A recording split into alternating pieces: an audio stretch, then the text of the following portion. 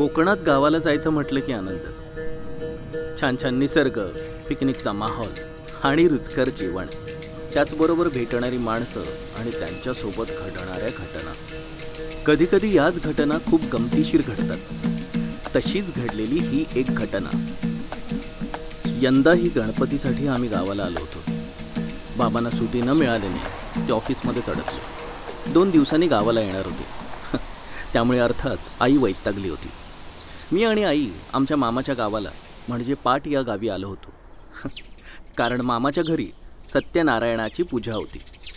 पूजेच्या दिवशी मामाच्या घरचे लोक कामात थोडीशी दिरंगाई करत होते. मामा बिलंदर, त्याने लगेच आपलं ब्रह्मास्त्र काढलं. झाली कामा, लवकर कामा आटपा. गुरुजी योग झाले. हे कोण येतात? हे तर करम आहे का गुरुजी?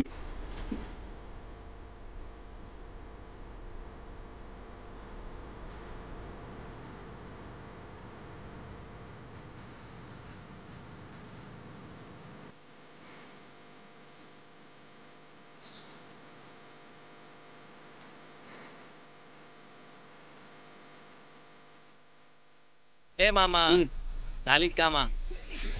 भटजी काय असा? गुरुजी ना येतील. सगळी कामा झाली. हा तर जा, जाऊन आराम कर जा. काय मामा, त्याचे हे असले उपाय नेहमीच काम करायचे. पण कधी कधी हे असले उपाय अंगाशी सुद्धा येतात.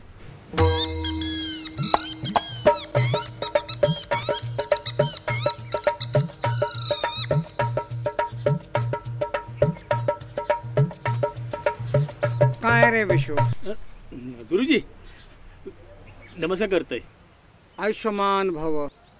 अरे सगळ्या घराला कामाला लावून तू काय माळावरल्या नारळ मोजतोयस? अहो तसं काय नाही. हो मागल्या खेपे जे केलं तसं काढणार असेल तर आधीच सांग. मला बाकीच्या घरी पूजा सांगायच्या आहेत. ह्यावेळी तसं काय नाही होतं गुरुजी. मी यावेळी स्वतः चेक केले सामान.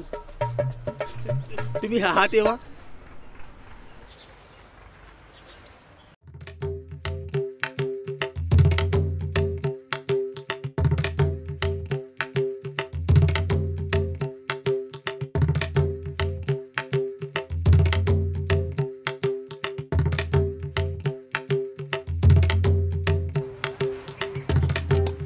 अरे विशू, आता काय राहुला? शिदा घ्यायला सकाळी येतोय. असा बोलतास? बरोबर.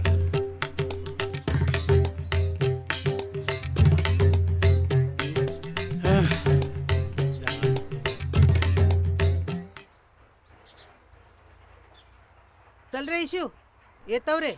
ताई आजच्या दिवशी रवलं असं? अरे नाही, तकडे पण पूजा असा ना, तयारी करू खोई.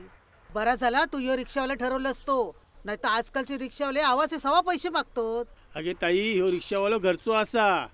बिंदास जा, काही काळजी करू नकोस. वाच एक दिवस रवलो असं म्हणाल असता. अरे कामा संपली ना की 2 दिवस रवाकच येतोय. चला भाचा चल घेऊन रे या. सचिना. हा चला.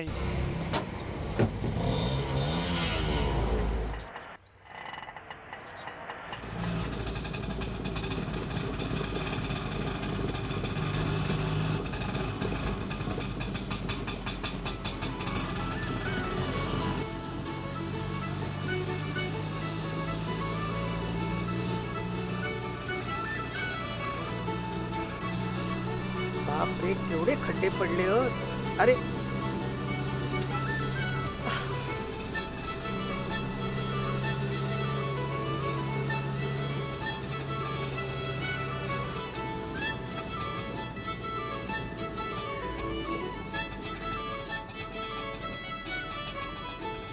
काय रे, पहिलं काय तू विमान चालू होतोस?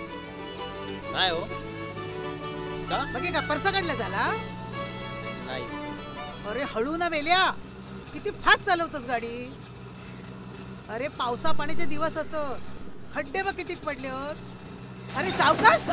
अरे बाप. अगं कशाला वैतागतेस त्याच्यावर?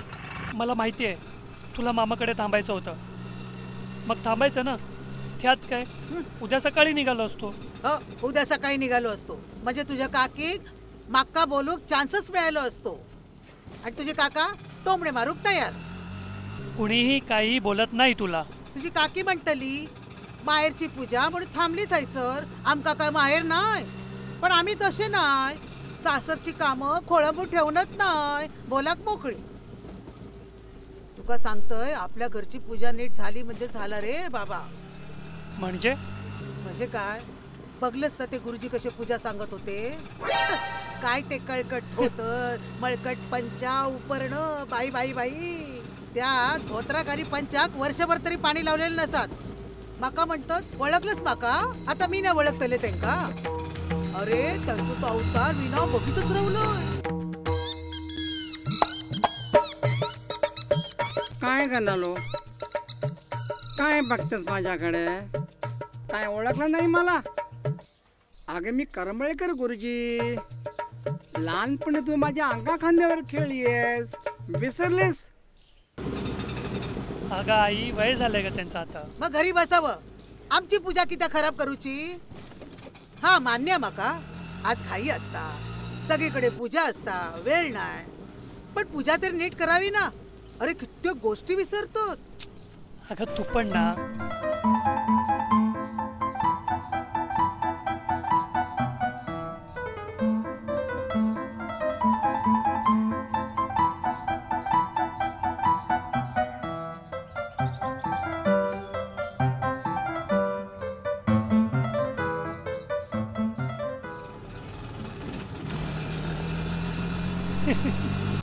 अगं वयोमानामुळे होतं असं. हो, आरतीच्या वेळी कसं गोंधळ घातल्याने बघितलंस ना.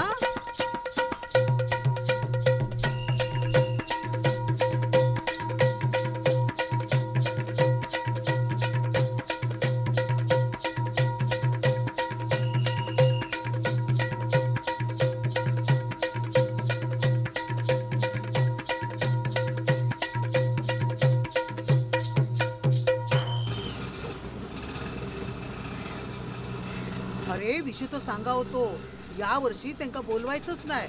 गावातलो दुसरं कोणतरी पुजारी आणून पूजा करून घेऊची. ए मागे किती बघतोस, पुढे बघून चालव. रस्तो पुढे असा, खड्ड्यात घालशील रिक्षा. अरे बाबा तू पुढे बघ, हे असंच चालू राहील. काय असं चालू राहील, खोटं बोलतोय मी. मी काय म्हणतोय, वयोमानाप्रमाणे पूजा सांगूक नाही जमणार तर घरी बसावं माणसानं. तुका सांगतो सचिन, मका ना यांच्या पोरांचो राग येता. अरे म्हातारे बापा कित्या पाठवतात बाहेर. ए अरे मार मार मार आमका. ही अशी रिक्षा चालवतात. ही काय ब्रेक लावायची पद्धत झाली तुझी. अहो घरीला. हा माहितीच आहे घरीला.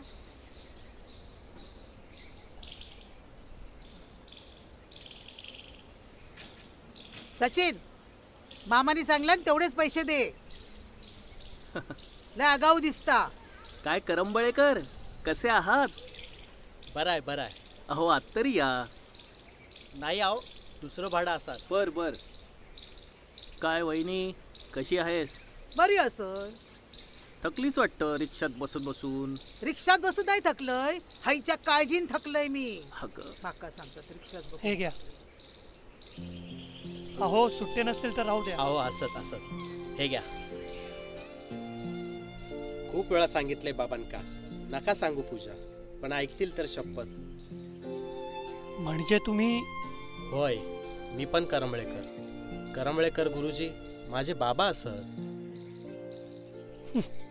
थँक्स. हा थँक्स कशा. अहो हे सगळं ऐकून तुम्ही आम्हाला रिक्षातून न उतरवल्याबद्दल. खरंच कोकण जसं सुंदर आहे तशीच इथली माणसं देखील. कोकणात थोड्या थोड्या अंतरावर छान छान निसर्गाचं दर्शन घडतं आणि आपल्या डोळ्यांचं पारणं फेटतं.